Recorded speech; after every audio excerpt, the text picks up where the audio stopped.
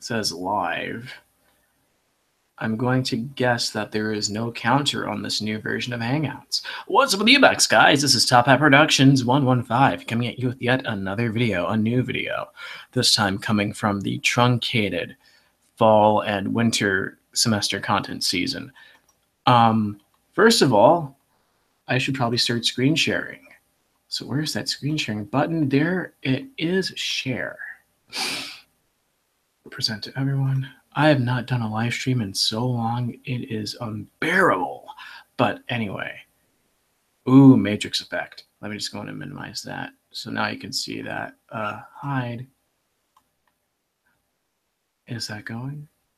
Yes, it is. We are live, and guys, it is October. When was the last time I did a video? Yeah, I probably don't even need to actually look into that, but I'm sure it was over a month ago. Since what? Yeah. My last video, if I go into videos, oh boy, this is going to be like flat out embarrassing. That was 2 months ago. And it was on Fire Emblem Heroes, not even a real video. I'm so sorry, guys. I've been really off game lately. I've been in college and all sorts of stuff. And yet, no matter how much time I try to actually devote to this channel, no matter how much I try to actually make free time, it just never shows up. I've only been Steam live streaming lately, so the only way that you'd be able to actually see most of what I do is if you were to catch it on Steam, because I don't even get the chance to record it half the time. I would need another computer to do that. But excuses aside, the title of this video is what you think it is. Today we're going to be reviewing Windows 10 yet again, because it needs another review. And you may notice that the screen ratio is just a little bit different from what I usually record on. That's because of the fact that I'm recording on a different computer right now. I've been talking about this computer across Twitter, across all my social media accounts, and this is the one that has the Intel Xenon and Windows 10 Enterprise. So if this is a surprise to you, I would suggest just taking a quick look at Twitter. And there's a Twitter link right there, https://twitter.com/TopHatPRDXNS115. So if you want to see where our new Twitter is, it's not exactly new anymore. Check it out right there. Hit that enter button and you'll see. I currently have 11 followers, which is quite paltry, but still pretty cool seeing I'm actually getting followers at all. I don't currently stream on Twitch, or I don't stream on Twitch anymore, just due to the fact that I've had some discrepancies and disagreements with the way that they handle their stuff in the past. And to be quite honest, when they finally changed it back to what it should have been, it was all too late for me to go back anyway. So not really worth me going back on my word. No more Twitch probably, unless it's like a super special occasion. But so yeah, this is the Twitter feed. Probably not the best place to catch up on it, though. If you look under moments, though, you'll see this one, and this is a picture of the computer that I'm streaming to you guys from right now. An older shot. In fact, it's under moments, 1 moment. And it's called Build a PC Project 0. I'll be doing another video probably later this week, or just later in November, where I take apart the HP ProBook 6475B to actually install a fingerprint sensor. And during that teardown, you'll get to see the internals of it. You'll get to see how the motherboard's laid out. You'll get to see all that stuff. You get to see the DDR3 RAM and how it's mounted in there. You'll get to see how it fits the drives. You'll get to see everything, and it'll be, hopefully, in HD. So if you really want to see that, be sure to stay tuned, hit that notification button, be a part of my notification squad, as all those YouTubers like to say now, notification squad, hit that bell. Yeah,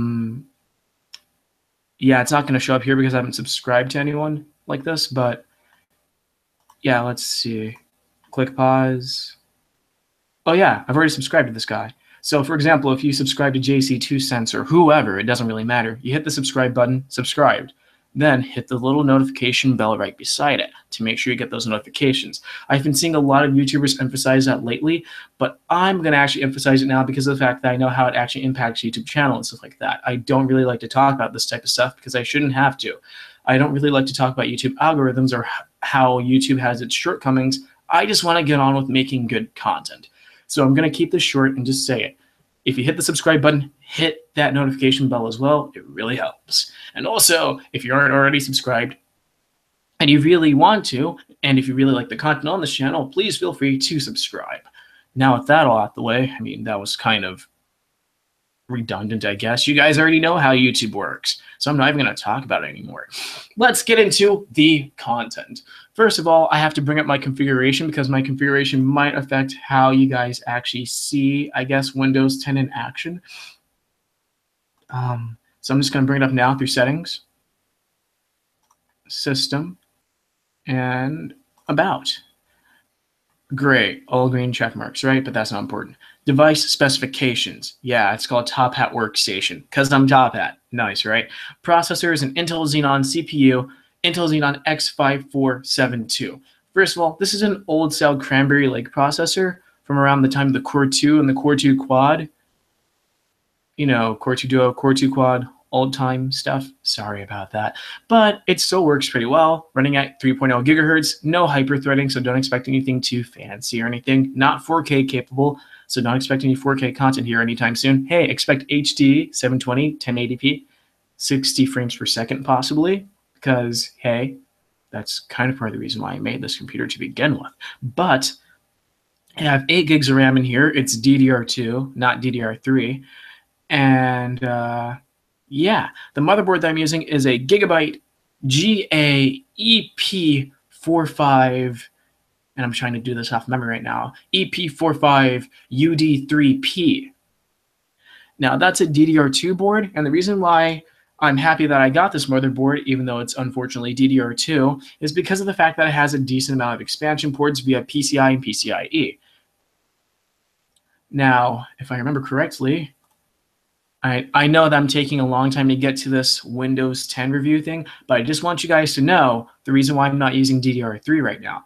This computer, like the case and the motherboard, were actually given to me by someone who was nice enough to actually give it to me.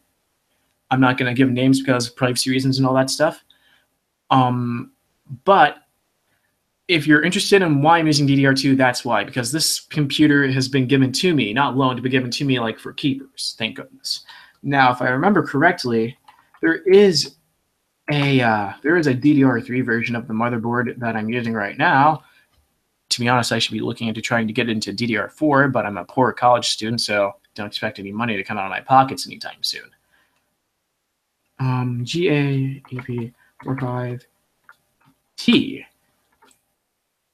UD3P.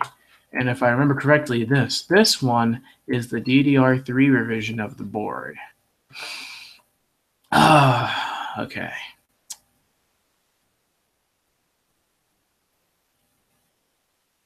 Am I correct? 1600 megahertz FSB. There we go. It says DDR3 right there. But the expansion is the same and it still gets the point across. I currently have 2 graphics cards in this computer. One for if I'm just doing like low-end stuff, and one for if I'm doing some gaming or some high-end things that might require a workstation type, I guess. Well, the thing is, I can't even do workstation type stuff on this computer, but if I need something that's a little bit more graphically intense, I have another GPU. The first GPU that I have, the primary one, is the GTX 550 Ti from years back, and that one is sitting in the primary slot where my mouse cursor is sitting right now. In the orange slot, there is a low-end GPU, an even more low-end one than the one that's sitting in my primary slot. I have a GT520M. The GT520M is sitting in this secondary slot because, hey, it's my secondary GPU, and it doesn't really need as many PCIe lanes, and that thing will be primarily just used for if I'm just looking at web content and I'm not doing anything too intense. When I go and start gaming, I'm on the 550 Ti usually. So now that you know that, I also have an Audigy Sound Blaster card. It's a little bit older. In fact, it uses the PCI slot that I mentioned. It sits in this first slot, if I remember correctly. It sits in one of these PCI slots, and it provides pretty good sound quality. The only problem, though, is if I start turning up the volume up above 50,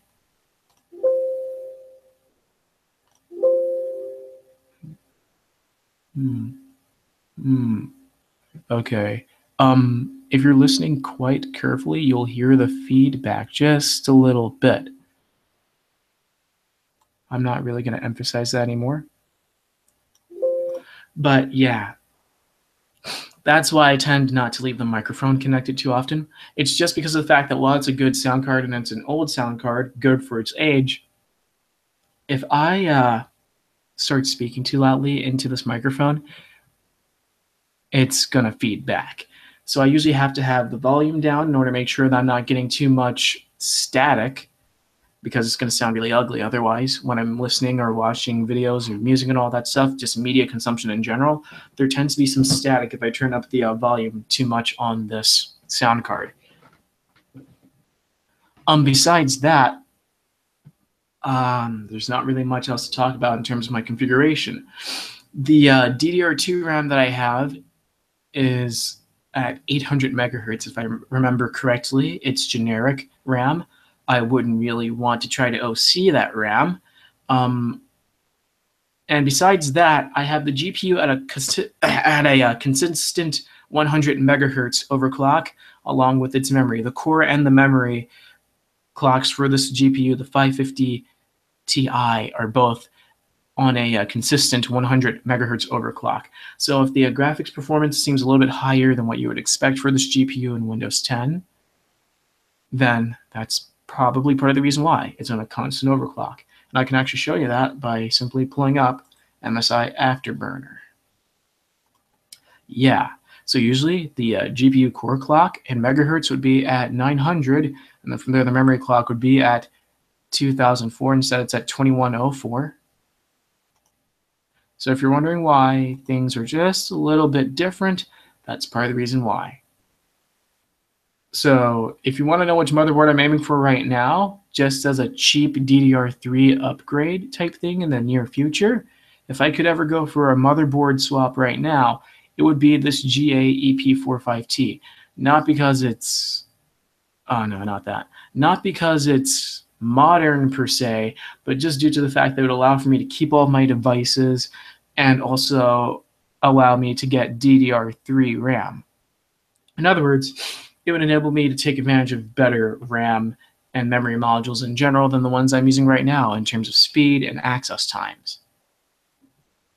Besides that, another issue to mention is the fact that while I am working with a 4 terabyte drive, I'm on MBR partitioning format and BIOS and all that. So as a result, instead of being on GPT, which would allow for me to utilize all 4 of the terabytes, I can only utilize around like half of it, like 1.8 or 1.6 terabytes in any one given partition. And on top of that, I can't utilize all of the drive space no matter what I do. I would actually have to get Grub or something like that, a secondary bootloader which supports GPT booting and all that, to actually get this working, because my motherboard only supports MBR format. So if you're wondering why it only looks like I have 1.81 terabytes and then another partitioner drive here, there is actually a lot more that just can't be utilized because I have MBR partitioning format. So that gives you an idea of how old my hardware is and how that's going to impact Windows 10's performance in this review. Now, I'm sorry if I took up a bit of time. In fact, I can't even tell how much time I took up because I don't have like a counter here or anywhere, but this type of information is important when I'm reviewing things. This is a better computer than what I usually review software and stuff on, but there are some drawbacks. The laptop that I had that crapped out on me and got taken apart, whatever, the one with the E-Series APU actually, I think, supported GPT partitioning and formatting and all that. This computer is older, it's more powerful, and it's an Intel model, but it doesn't support GPT, so I can't support all the latest features and stuff like that. So there's trade-offs. However, this is a desktop, so you'll get to see a lot of the good features. With that out of the way, now I'll get on to everything else.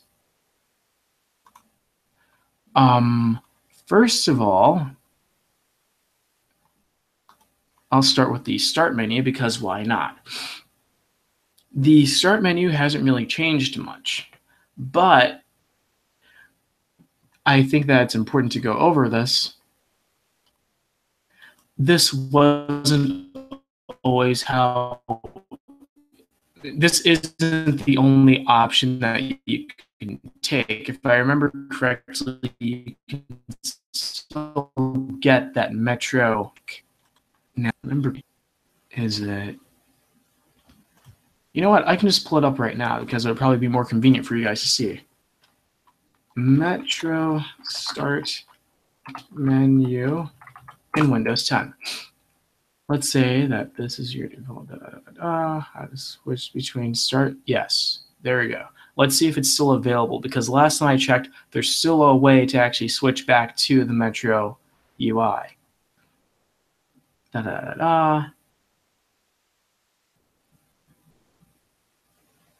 Click the start button and then click the settings command. So I'm just going to do that. In fact, I'm already in settings right now, so let's just go back.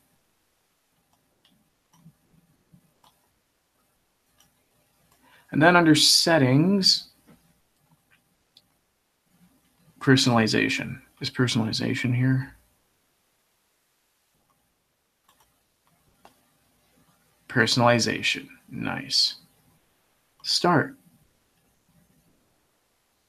And use full screen start. So for any of you who are still somehow a fan of Windows 8, there you go. You have your full screen start menu. Because I thought that I should be nice by showing you guys how to switch back to it. Even though I'm not a fan of that, if you want that full screen start menu, that's how you can have it. Now, I think it's transparent by default from what I'm seeing, but that's how you get it. And if you don't want transparent start menu, well, I mean, if you don't want full screen start menu, if you don't want full screen start menu, you just turn that off, and it goes back to the, I guess, the Windows 7 style start menu. I can't really say that it's Windows 7 style because they added the Metro and Fluent UI into the mix now. But nonetheless, you have options when it comes to your user interface and all that stuff. Great thing to cover right off the bat. But that's not really important. What I'm here to do is to review the operating system itself and its internals. First of all, this is update 1709, known as the Full Creators Update. And with it came a few new things, one of which is not the start menu. One of which is this people bar right here. And as it says right here, you can now pin your contacts to the taskbar for easy access so you can talk to them whenever you want. Get started? Sure. Now you can choose which apps that you connect it to. And this will actually allow for you to contact people, which is pretty interesting. It kind of reminds me of Google Hangouts with the way that it works, only it's integrated into Windows now.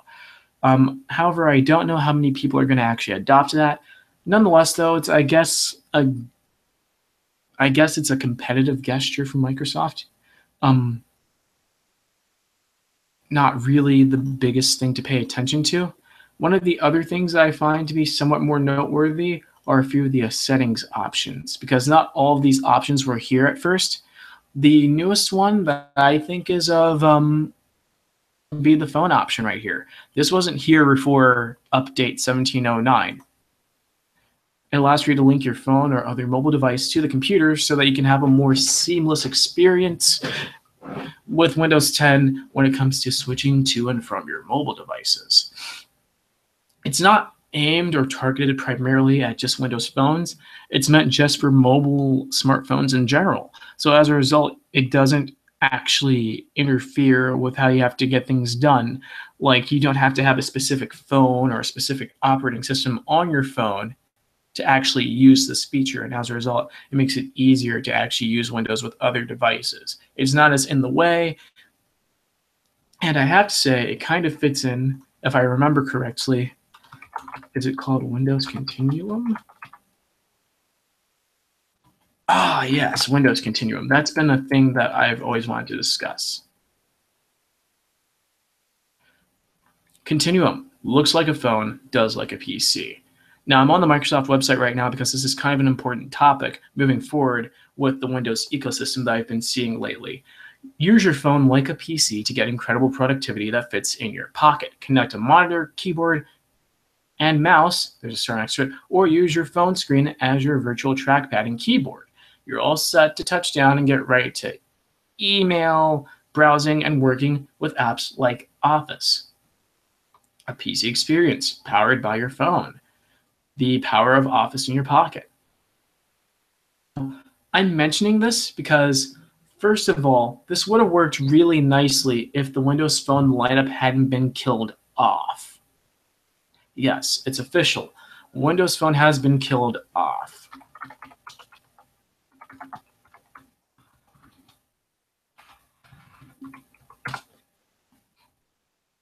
Yeah, showed up on The Verge and a lot of other big sites. So if you want to see it, it's on The Verge. It's just all over the place. But Windows Phone is unfortunately dead.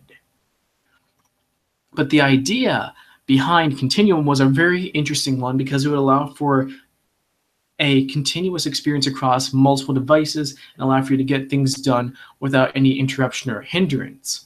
And on top of that, you would be able to use your phone as a computer. So you wouldn't exactly have to have a computer with you all the time either. You wouldn't have to bring around a laptop. You would just have the phone. Now, while it would be a more limited device, I mean, it's powered by an ARM processor, and ARM architecture is known more so for power efficiency than power to performance. But nonetheless, it's good enough to actually run a good amount of apps.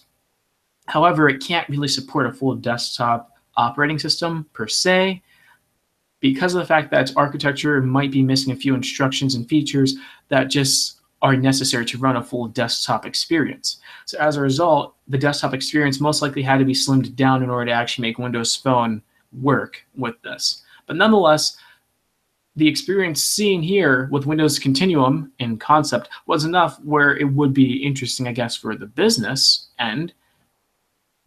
But that's really beside the point. The fact of the matter is, Continuum was a nice idea until Windows Phone died. And I was always wondering, where would it go? Since Windows Phone kind of was like the thing that was kind of the thing that you would want to test Windows Continuum with. Because the idea, the first thing they mention up here is, looks like a phone, does like a PC. Use your phone, connect your phone to a monitor. But in this case, if Windows Phone's dying, where's Windows Continuum going then? Windows Continuum was based around the Windows Phone. But even without the Windows Phone, it appears as though Microsoft is still trying to actually create a unified ecosystem without the Windows Phone. It appears as though they're trying to utilize whatever phones are on the market to actually make things work, to get things done. So it looks as though they're willing to use an Android or an iOS device in order to actually give you that seamless experience while still being able to actually do work on Office apps, while being able to use Microsoft apps that are available for your mobile device, which is a pretty smart move, in my opinion, seeing that with this approach, you would not be forced to switch over to a Windows mobile device like Windows Continuum would have. Windows Continuum would have been a really, really, really successful thing, more so, in my opinion, if it actually included this off the bat instead of possibly having this, I guess, added in later. In fact, I don't even know if this is included. I don't know if this feature is included in Windows Continuum. It looks as though Windows Continuum is truly just based off of the Windows Phone. But nonetheless, I find this newer feature more appealing and more interesting and more powerful than Windows Continuum because of the fact that Windows Continuum was anchored down to, from what I can tell, just the Windows Phone. Feature, it looks as though you don't need to actually stay within the Windows ecosystem on the mobile platform in order to actually utilize the Windows operating system to some degree. And as a result, I see this as a smarter move for Microsoft, seeing that they weren't exactly able to get into the mobile market as successfully as they were hoping. Besides that, this goes without mentioning how the Surface Pro, the Surface Book, and the rest of them are doing, because, well, they count as mobile devices, but they are meant to provide the full Windows experience on a tablet. So I guess it's that hybrid thing there. But I'm not here to talk about that. I'm here to just talk about the features of Windows 10. So this is definitely something that I've been looking forward to, because this definitely makes a lot more sense than the Windows Continuum idea. In fact, I think it takes Windows Continuum a step further in a good direction. Now, you know what? I'm just going to go in and mention this right now because take a look. If you look closely at where my mouse is right now, there appears to be like a new effect added in as well. If you look closely, like near the grid where the tiles are, you can actually see the edge of it before I touch it. If you ever look just ever so lightly, right there, you can actually see that it's like the corners are glowing as my mouse. It's the corners, the vertices and edges are actually glowing as my mouse gets closer to it. I find that to be quite cool as well. The UI has definitely been revamped in a nice way. So I'll give them credit where credit's due. The UI definitely works and looks pretty nice in this new update. Now we have a new apps section as well. If I remember correctly, that's not included in the older Windows, was it? I'm trying to remember, but I don't remember apps being included here, per se. I remember system, network and internet, personalization, ease of access, time language, updates, accounts, and privacy, but I don't remember apps, I don't remember search. Gaming might have been added in another update before the Fall Creators update. This one may have been a late addition, but search and apps I think are new. So here's how the apps and features thing works. In fact, I find this to be, this is something that probably should have been added in with Windows 10 just to begin with. And I'm saying it because of the fact that most people probably are still doing that thing where they go into Control Panel in order to uninstall apps. And this is going to seem really stupid, but I'm going to bring up one of my older videos just to make a point. During one of my older videos, I was talking about, and yes, this would be TXP-Network Reviews, Windows 10 and Minecraft 10 Edition. During one of my older videos, I was talking about the Windows 10, how it had the Windows Apps folder, and how with certain apps, it wasn't quite as intuitive in terms of how to uninstall these new Windows apps. So I was actually going through trying to figure out how to uninstall and reinstall Windows apps because I couldn't figure it out. But with the addition of this new section, this new tile, the apps and features tile, that completely fixes it in a way that I think even the Windows Store didn't really do too well at trying to fix.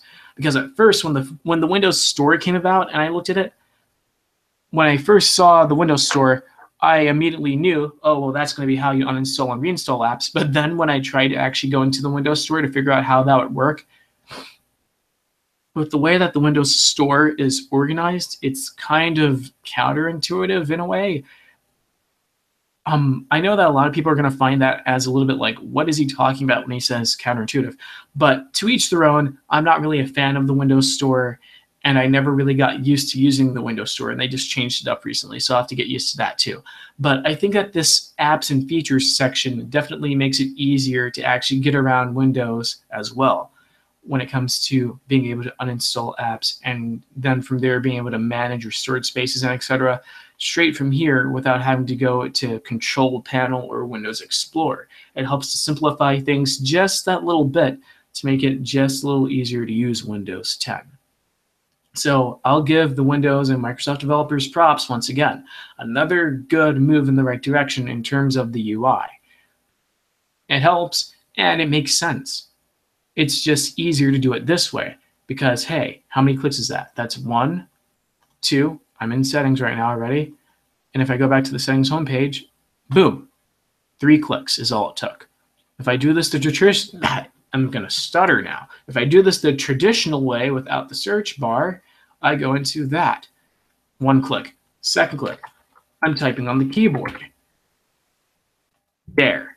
I made it easy on myself because, hey, I use Control Panel all the time, so I type it in all the time. But that might not be in the, I'm trying to remember what it's called now. But that might not be in your search, was that, whatever it's called when you start typing, autocomplete or autofill, that might not be in your autocomplete or autofill list underneath of the bar. You might have to type that whole thing out. And then you hit enter, And then from there, you go to uninstall program. So that's more work. Oh, and not even to like not mention that not all apps are listed here. If I remember correctly, Windows Store apps are not listed in this pane here. You actually have to go into like Start menu and right-click things, and then from there click on the uninstall. Or if I remember correctly, yeah, some things you can't even uninstall from here directly. You actually have to go into the Windows Store to uninstall. So it just makes sense that they actually simplified that so that you wouldn't have to do that. A faster way of getting to control panel, of course, would be this. And then from there, because I go to this uninstall a program thing all the time, uninstall a program. Or better yet,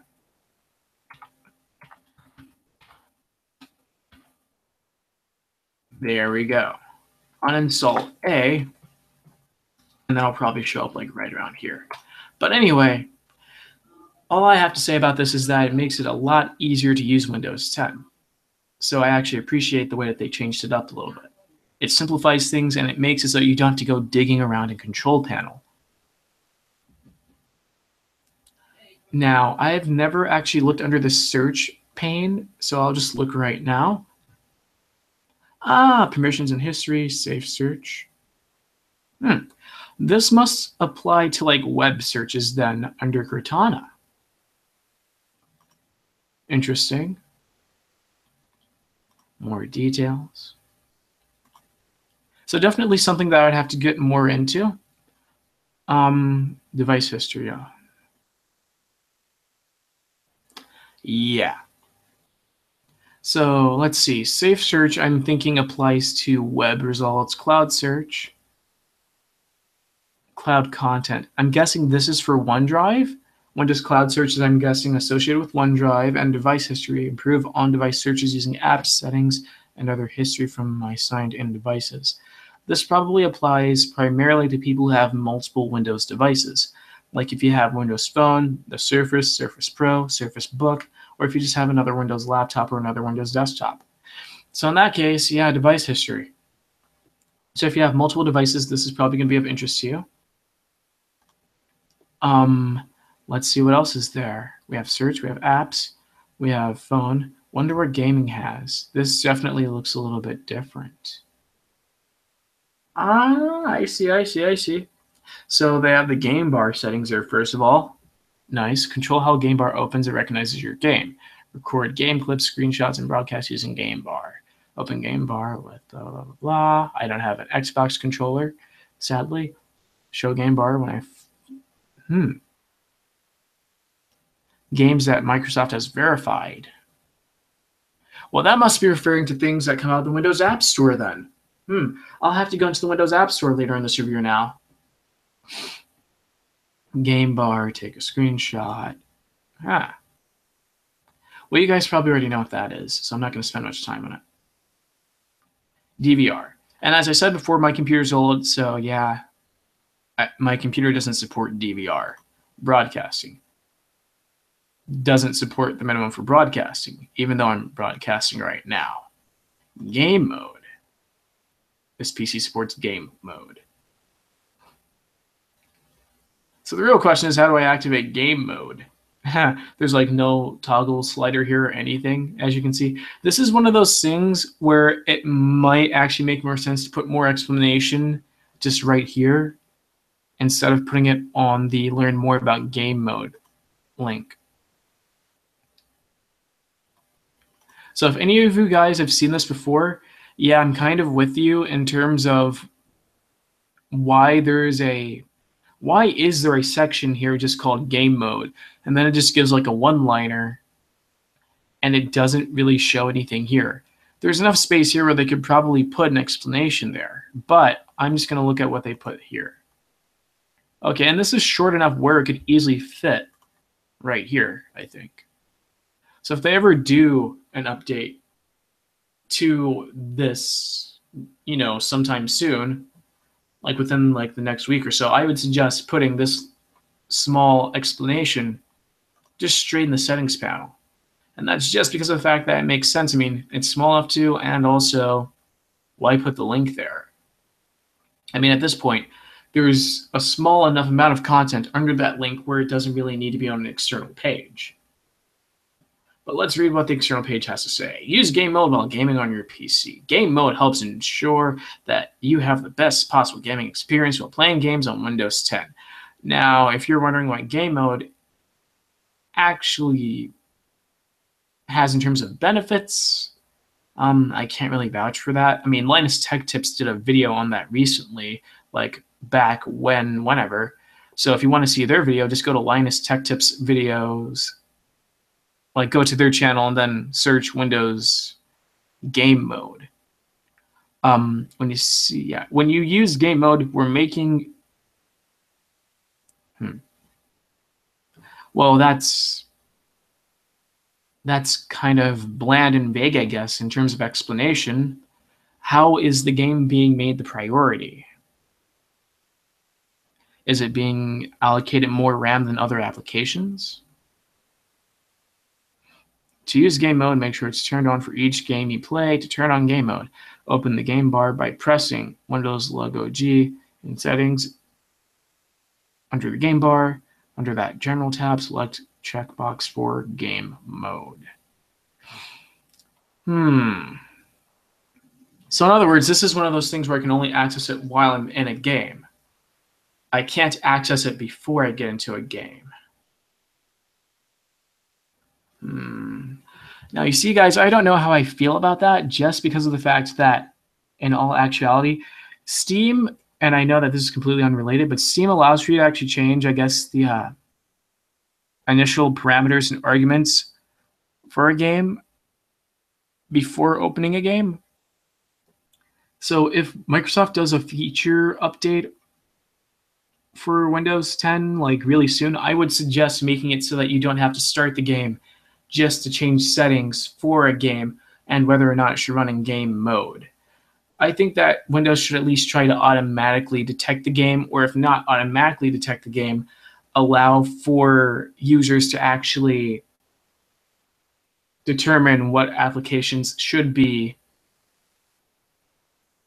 which applications should have game mode applied to them. Like I should be able to actually click like an add game button here probably, and then from there just say, oh, add split second, or add Trove, or Unturned, or whatever games I have installed on this computer. But no, in this case, from what I've just seen, it looks as though you have to actually open the game first, then from there get access to the game bar, and then from there tell Windows to add that game while it's running to game mode. Which, I mean, I guess it's okay, but it's kind of counterintuitive because you usually want to do that before starting the game so that the computer actually knows to, I guess, optimize performance for that game. But nonetheless, that's just a small little gripe here and there. Windows 10 is better in some cases, and well, I mean, that's for any operating system, I guess. But in the case of Windows 10, I guess it hits the mark in some cases, it misses the mark in others. But there's really no excuse for the empty settings panel right here. They could have done that just a little bit better and actually made it so you could add games to the game mode inclusion list just right off the bat before starting the game. I guess I should just experiment right now by starting up split second just to see what happens. Ah, not that app. Latency and scrolling got me. No, thank you. Let's try that again. Split second. Now, if I remember correctly, I should be able to access the game bar. Win-G to access the game bar. I'm going to access the game bar now. I've just pressed Windows G. Okay, now I don't know if you guys can see it, but I'm currently in the game bar. So let's see if I can just move the game bar just a little bit. Okay.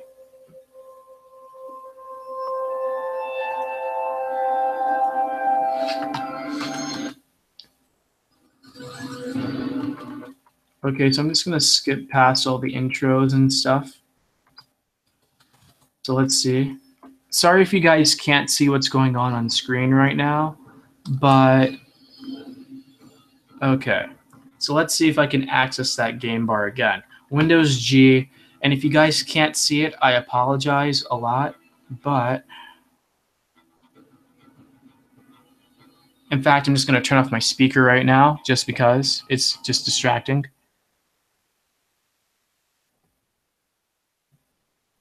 So there it is. There's a control for, is that, yeah, that says Xbox. I'm not wearing my glasses right now.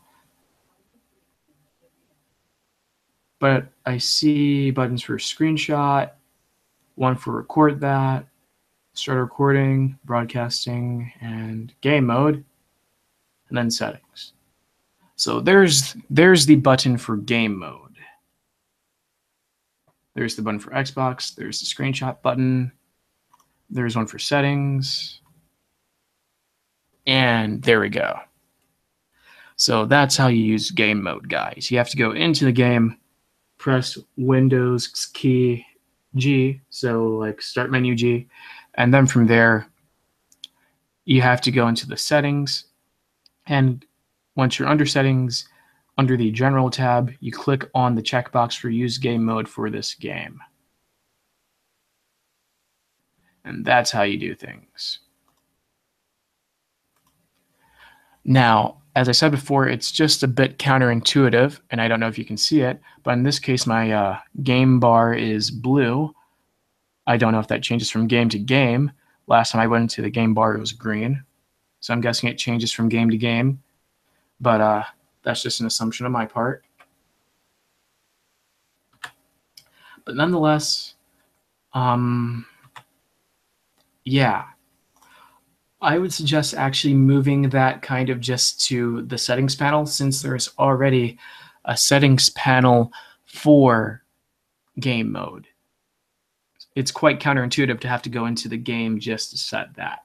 It takes up time, and you can't really just get right into gaming. With Steam, you can actually set options for how a game launches and etc. before the game even starts, and as a result, it doesn't require you to do any, I guess, it's more convenient when you can do it beforehand instead of having to get into the game first just to do settings. It's counterintuitive, and I think it could have been done better.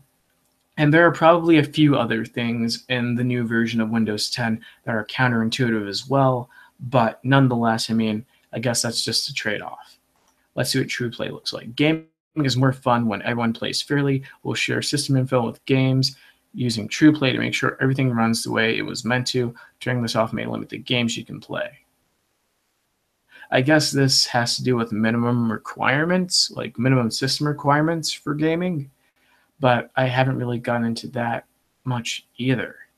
In fact, I'll just look up True Play right now then.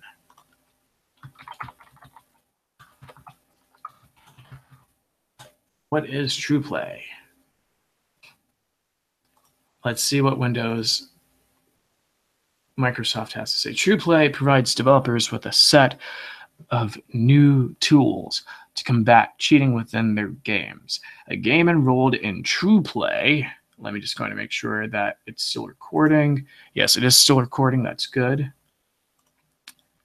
A game enrolled in True Play will run in a protected process, which mitigates a class of common attacks. Additionally, a Windows service will monitor gaming sessions for behaviors and manipulations that are common in cheating scenarios. Yes, this is helpful. In fact, once again, I'll get to that later about the feedback. But for now, let's just go back to Hero Fast.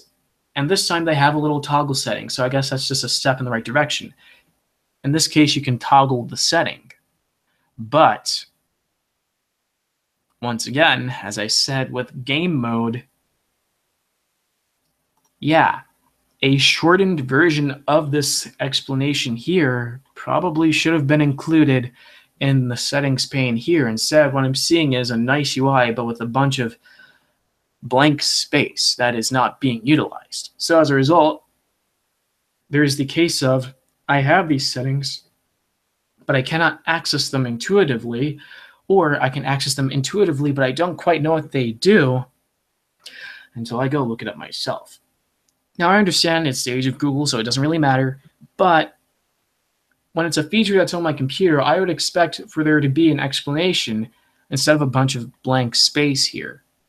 Because there's more than enough space, like in this settings page here, to put something there to actually fairly, I guess, cover what it's doing. True Play is an anti-cheating measure, and as a result, I would expect for Microsoft and Windows developers to actually put the explanation in this pane right here saying it's an anti-cheat measure that helps to actually secure the experience for while you're playing a game on the Windows platform, which is quite important to a lot of people. But instead, that explanation isn't here. You have to go looking for it, and most people aren't going to really go looking for it. And worse yet, if it's off by default, well then, what's going to happen? Most people aren't going to use True Play. My solution to this type of issue would be, if you want people to actually use True Play, instead of just having it on by default or off by default and then giving this small little one-liner explanation, would be to put the full explanation right here so that people can actually see what True Play does and what it's meant for. In other words, telling people it's an anti-cheating measure. It has some tracking and monitoring built in, but that's to make sure that people actually play the game as it's meant to. Instead of saying, we'll share system info with games using True Play to make sure everything runs the way it was meant to, that's kind of vague. At first, I thought this was kind of a quality assurance thing, but now that I've looked it up, True Play is really an anti-cheating measure. So this explanation is a little bit off, but the first sentence, I guess, helps a little bit. It says, gaming is more fun when everyone plays fairly. Now, whether that means fairly in terms of everyone has similar hardware or all games are optimized so that they can play on more hardware equally, I don't really know, but it would have been a lot better if they actually included this explanation or a shortened version of this explanation here. I know that I'm harping on it a lot, but there's just a lot of blank space in this UI, and there aren't many explanations. And in the case of game mode, it's even worse because it's not only is its setting, I guess, counterintuitive, as in you have to go into the game, but then they don't really explain how game mode makes it so that the PC runs the game better or takes care of the game experience better when the game is in game mode.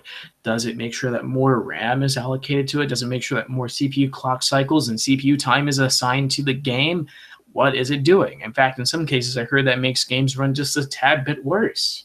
So what does game mode do? We don't know, and they don't provide an explanation. In the case of True Play, on the other hand, though, True Play actually has a decent explanation, and that explanation is included on an external tab and not in the settings pane where it should be. So these are just pointers for where Microsoft could probably improve Windows 10 just a tad bit. Now with this is pretty much self-explanatory, so we don't really have to go into that.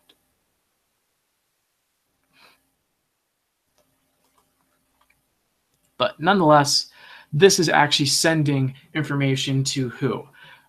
Yeah, this is sending data that will be collected to, yes, a game enrolled in True Play will run a protected process, blah, blah, blah. Additionally, a Windows service will monitor gaming sessions for behaviors and manipulations that are commonly associated with cheating scenarios. This data will be collected and alerts will be generated only when cheating behavior appears to be occurring. To ensure and protect customer privacy while preventing false positives, these data are only shared with developers after processing has determined cheating is likely to have occurred. The True Play APIs for Universal Windows Platform allow limited interaction between games and the game monitoring system on Windows 10 PCs. These APIs are located in the GameMonitor.h header. Note, this is a Win32 API that's only supported in UWP desktop apps. It also requires the game monitor and protected app restricted capabilities, which you can select by opening Apex Manifest, Visual Studio. I'm not going to go into that. Alternatively, you can edit the file's code directly. Now, I'm not going to go into that. But I must say, just this first chunk right here, this first line and this first paragraph right here, this little first paragraph right here would have been a lot better than the extremely scant and, I hate to say it, non-explanatory the non-explanatory text that we get in the default settings. So yeah, that's definitely an area where they could improve. However, they did a lot of other things pretty well, in my opinion. So I'll go on and hop onto that real fast. First of all, settings UI looks just a tad bit different. It looks, I guess, is this like gradient or is this like, I guess, is this like a sign of a bad GPU? But whatever the change is, it didn't look like this on the previous version of Windows 10 before I upgraded to 1709, and I find it quite interesting. So if that's like a glitch or something, let me know. Whatever the case is, it looks slightly different. Now for the Windows Store. Oh boy. I do not know about this. Looking at the Windows Store, there are some things I like right off the bat. There's a home tab. Then from there they have apps, they have games, they have music, movies, and TV, and then they have books. Nice, right? My library.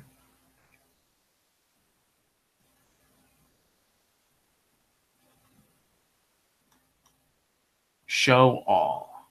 Okay.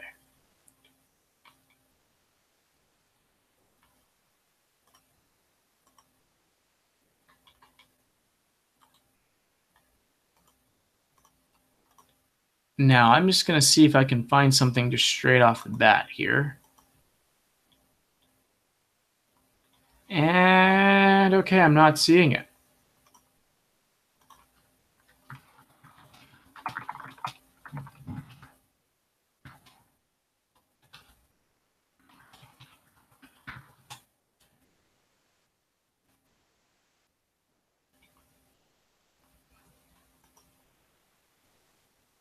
Yeah, I really shouldn't have to do this.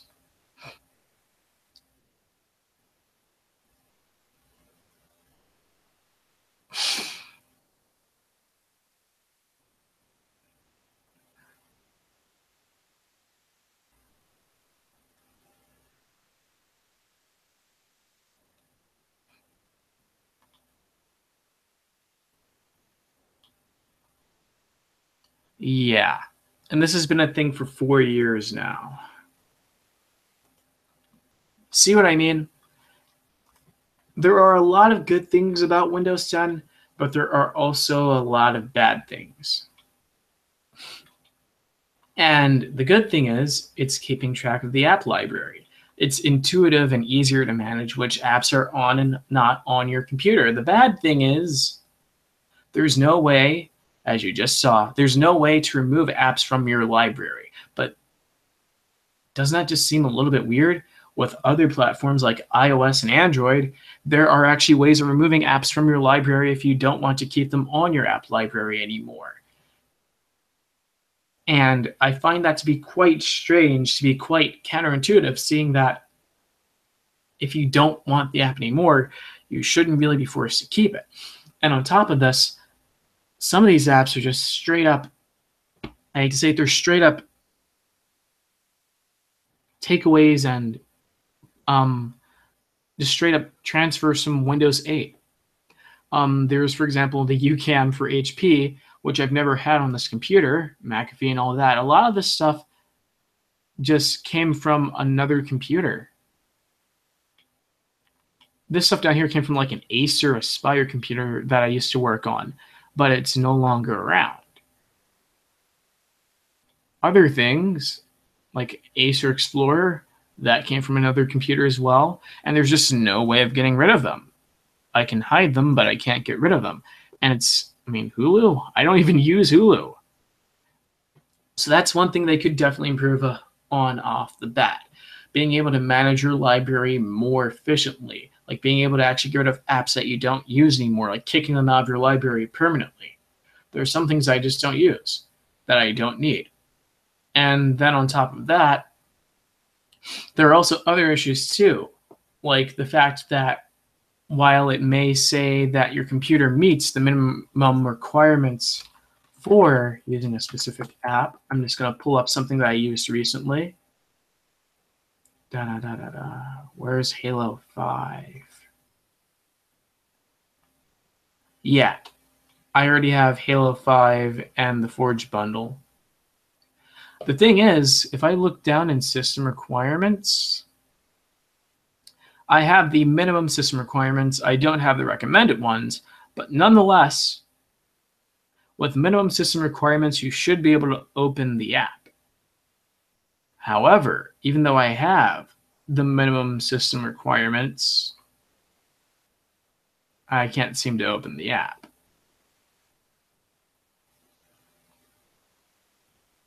So there are some things that make it just a little bit difficult to really, I don't really know how to explain this. Like, it takes care of a lot of the system requirements, but these two, it can't really account for, I guess. The only way to really phrase this properly is it's kind of difficult to tell when your computer does and doesn't meet the system minimum requirements. And it's because you may have all of these green check marks right here, but then these two, well, you're not going to know unless you click on it.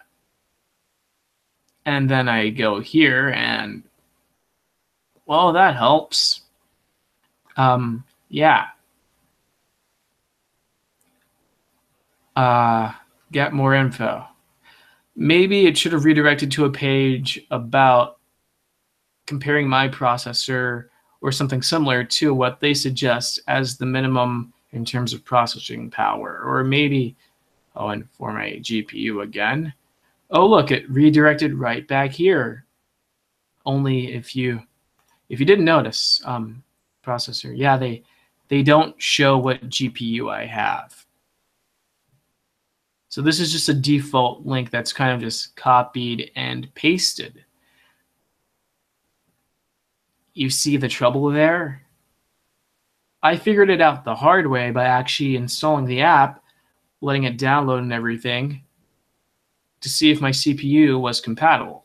I already knew that my GPU wasn't compatible, but I wanted to see if my CPU could at least push the game, and it just kept on not working.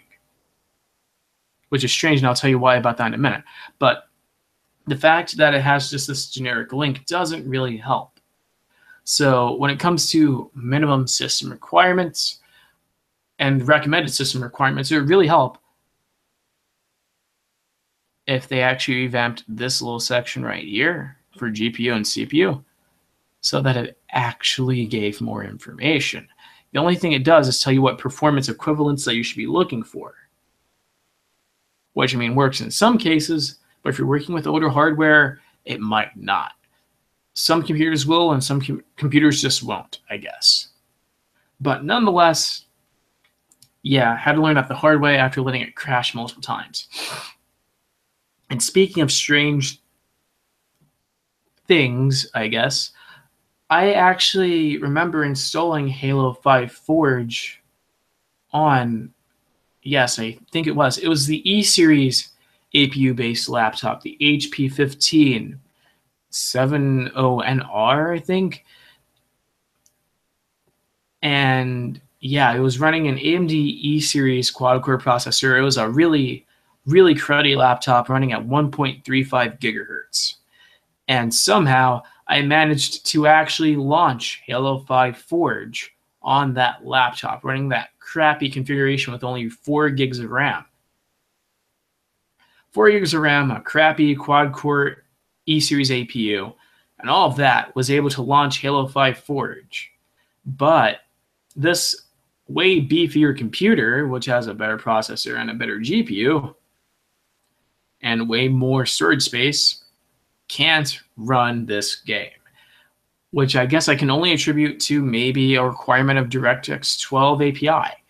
Now, last time I checked, though, they actually did change that, and I thought that they were supposed to actually allow for DirectX 11 capable GPUs to run this game as well, but maybe that isn't the case. I'm just going to assume that it always required DirectX 12, in which case, now I have another question, because I remember exactly which model I had. I had this one. I had this exact laptop. Oh boy, it wasn't even a quad core. I remembered it just flat out incorrectly. It's actually a dual core. It was an AMD dual core E-series, an E1 6010 APU with 4 gigs of DDR3 RAM. 1 user accessible slot with AMD Radeon R2 graphics. Now let me look up AMD Radeon R2 graphics to see if that's DirectX 12 or DirectX 11, because I got this laptop years ago. Years ago. I mean, this is probably just DirectX 11. Is it DirectX 12? Integrated DirectX 12 can be found on some APUs. When was this one released?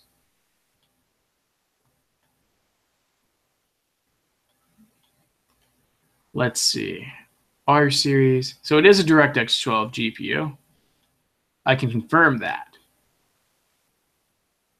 I can definitely confirm that. When was it released? You know what? That probably doesn't matter because I know when I got the laptop. I got it back when I was in high school. So that'd be 1, 2, going on 4 years ago now, right? So 4 years minus 17. Yeah, that's 2013, 2012. So back like before the current president, back during the last president. 4 years ago, and this is in comparison to, when did this one come out? NVIDIA GeForce GTX 550 Ti. Let's see. I want to see when this one came out real fast. This is like early 2000s, I think.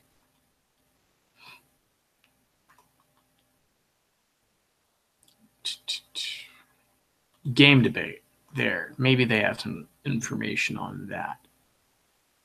50 Ti. Yeah, it came out in 2011. So this thing came out at 2011. And the Radeon R2 graphics have been around for a couple years as well, around like 2013, 2012. So they're like maybe a year apart at most. One has DirectX 11 and the other one has DirectX 12. I was able to get it to launch on the cruddier graphics just because it had DirectX 12 offerings. But due to the fact that this GPU is running DirectX 11, even though it has more cores and can run the game better, I bet, due to the fact that it doesn't have DirectX 12, it can't run this game, which kind of sucks. So just something to point out to you guys, which is kind of annoying, in my opinion. But wait, does the GeForce 650 Ti support? I mean, this is the last question I'm going to even ask here. How about the 650 Ti? Does that support DirectX 12? That should support DirectX 12, seeing that they actually had it there.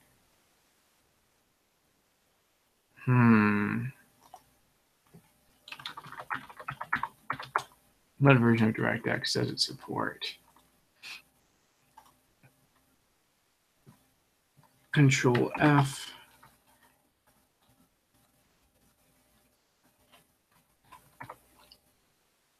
DirectX 11.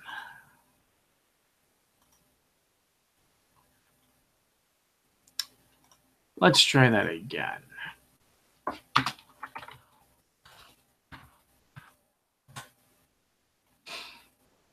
Maybe I'm just seeing things.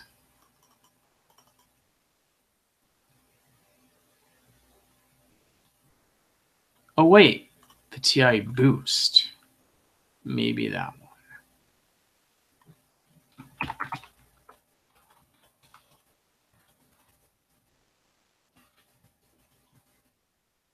Okay, now this actually makes sense. The GeForce GTX 650 Ti Boost supports DirectX 12, but not, I guess, the normal 650. Let me just take a look at the spec page here real fast.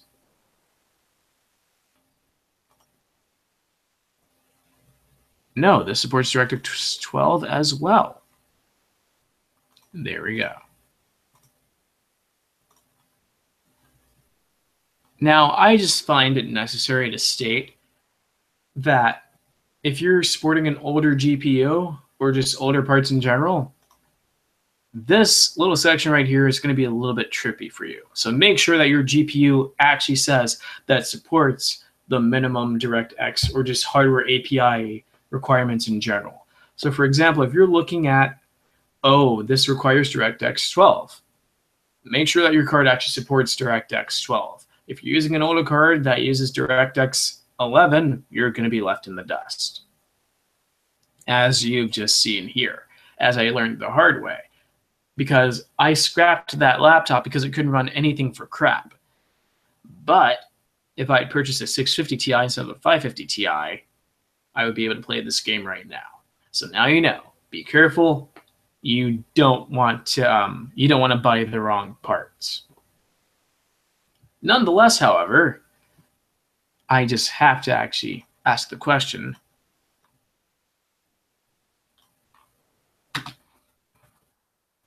Does the 520M have DirectX 12? Probably not. Let's see specs.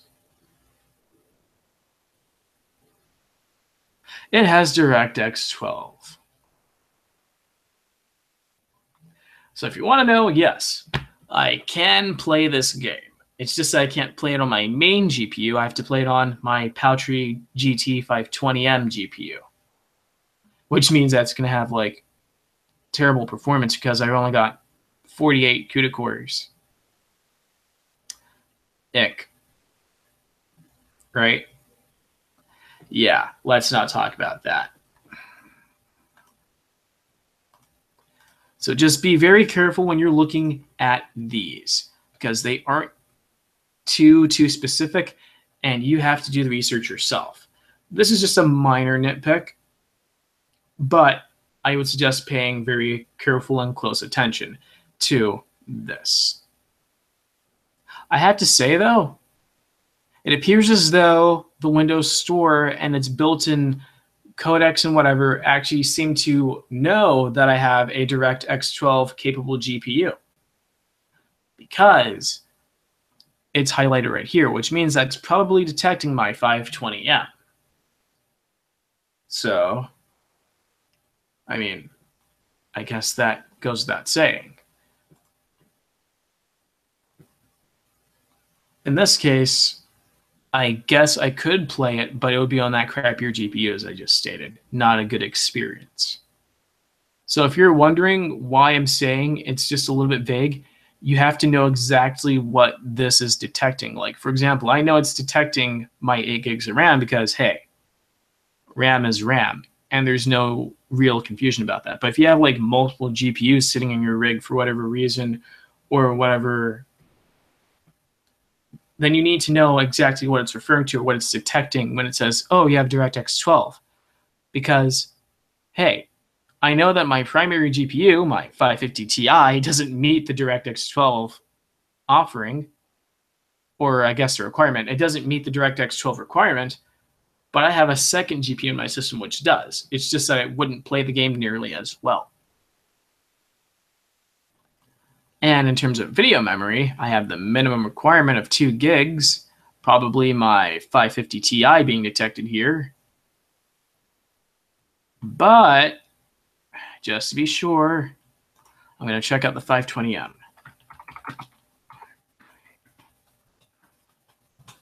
What are the specs on that thing? It has how much memory? 1,536 megs.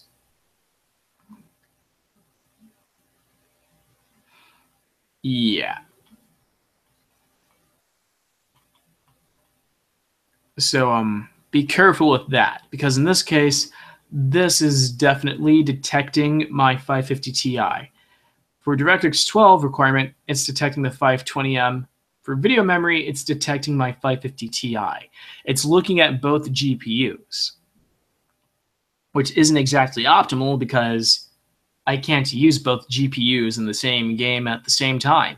In fact, I can't even use the 550 Ti to launch the game because the game won't launch.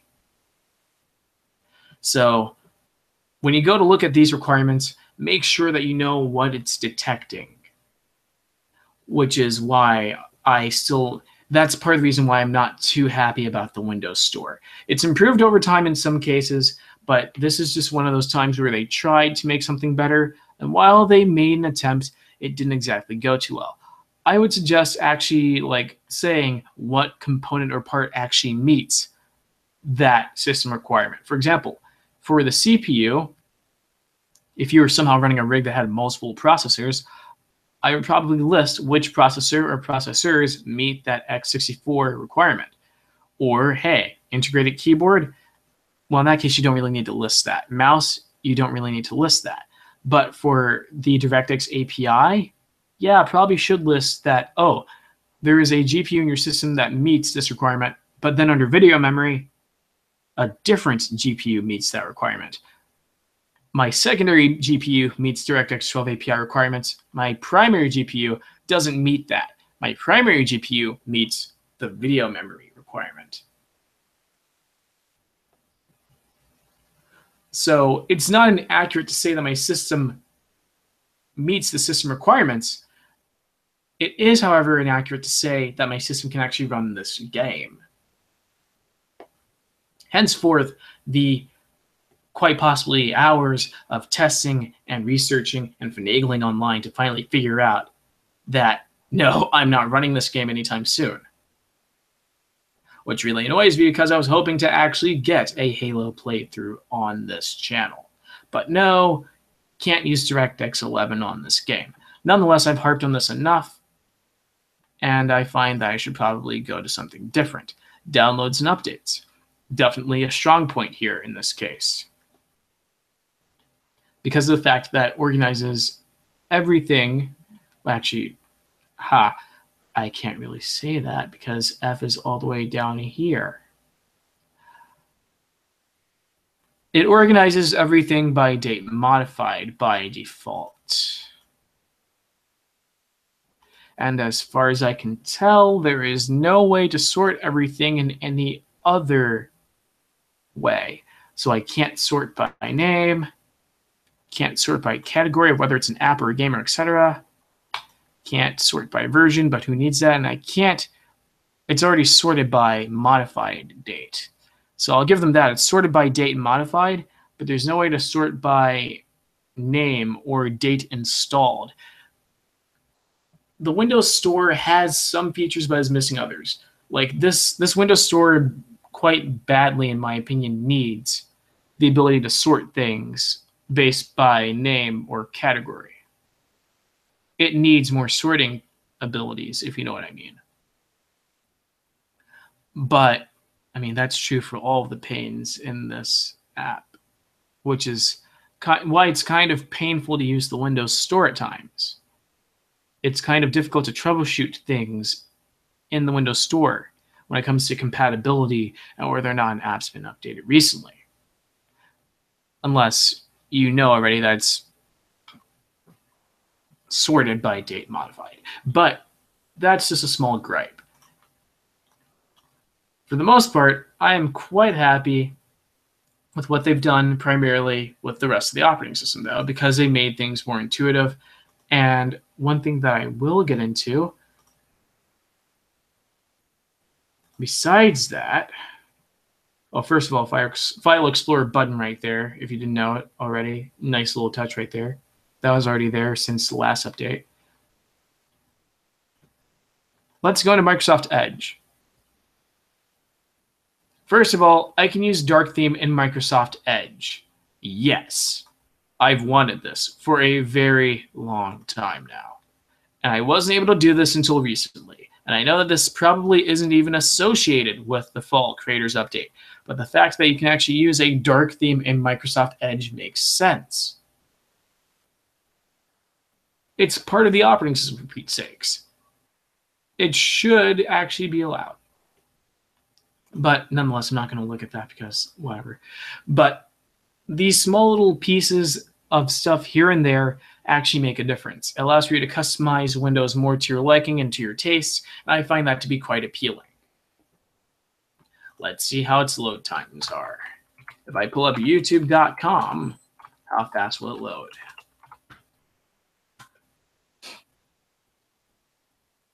It takes a second, but it gets there. Not bad. Now, what happens if I just click on a video? It takes a second, but it gets there. Skipping in 3, 2, 1. No one cares about ads. There.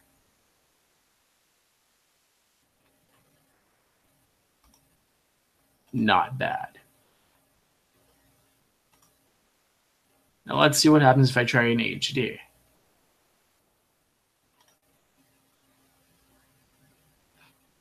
Oh, cute little guinea pig, but whatever. As you can see, it's loading pretty nicely so far. So I have to say, not too bad on the load times. I actually appreciate that. Let's see how it loads on an HTML5 website.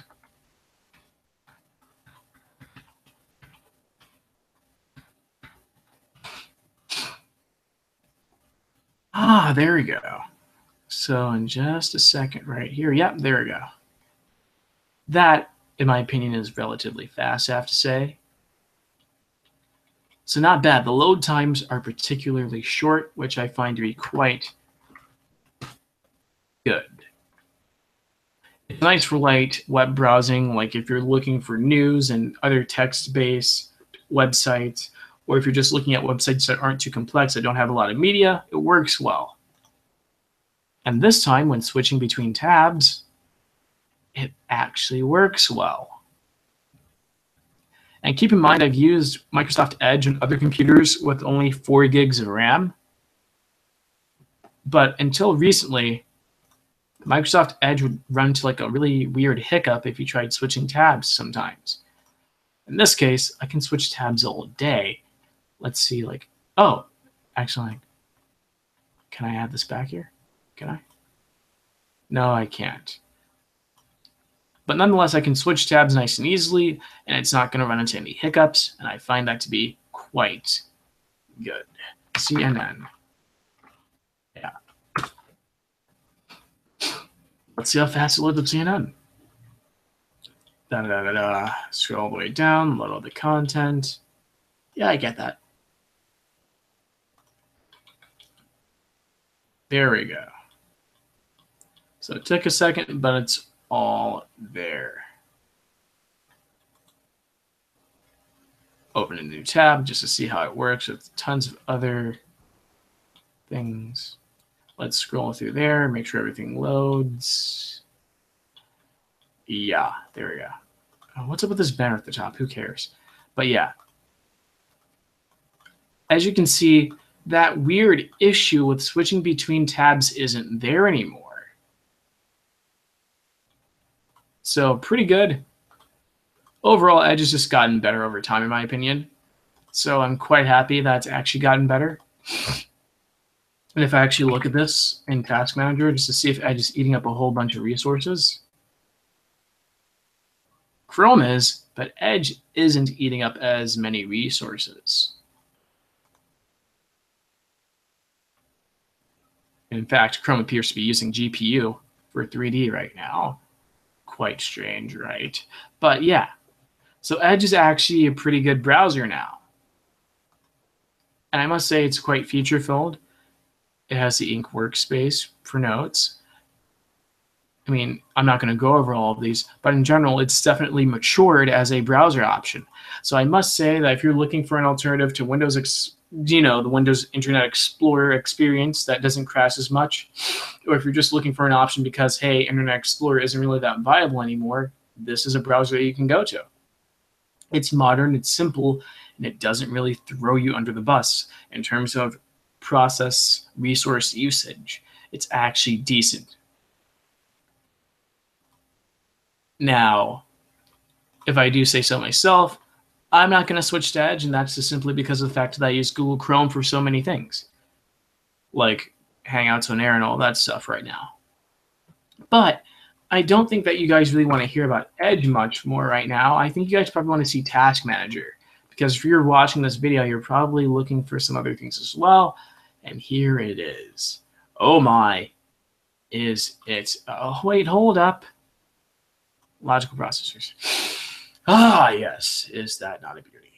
First of all, we've been able to do this for years now with all of the other components. We've been able to do this with CPU, with memory, with disk, with Ethernet, with Wi-Fi, but we've never been able to do it with this until now. Now we can monitor the performance of the GPU in Task Manager. And I must say, I've been waiting for this for a while now. This is definitely something that I wanted.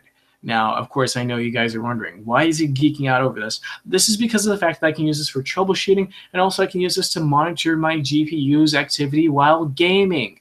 It's amazing, and it's great, especially if you want to do benchmarks and stuff like that, and go like, hey, how many resources or how much of my GPU power is this game consuming? Is my GPU pegged at 100%? And you don't need a third-party application just to monitor performance for your parts anymore. Instead, they did this. And as a result, I can also see dedicated GPU, memory, 2 gigs.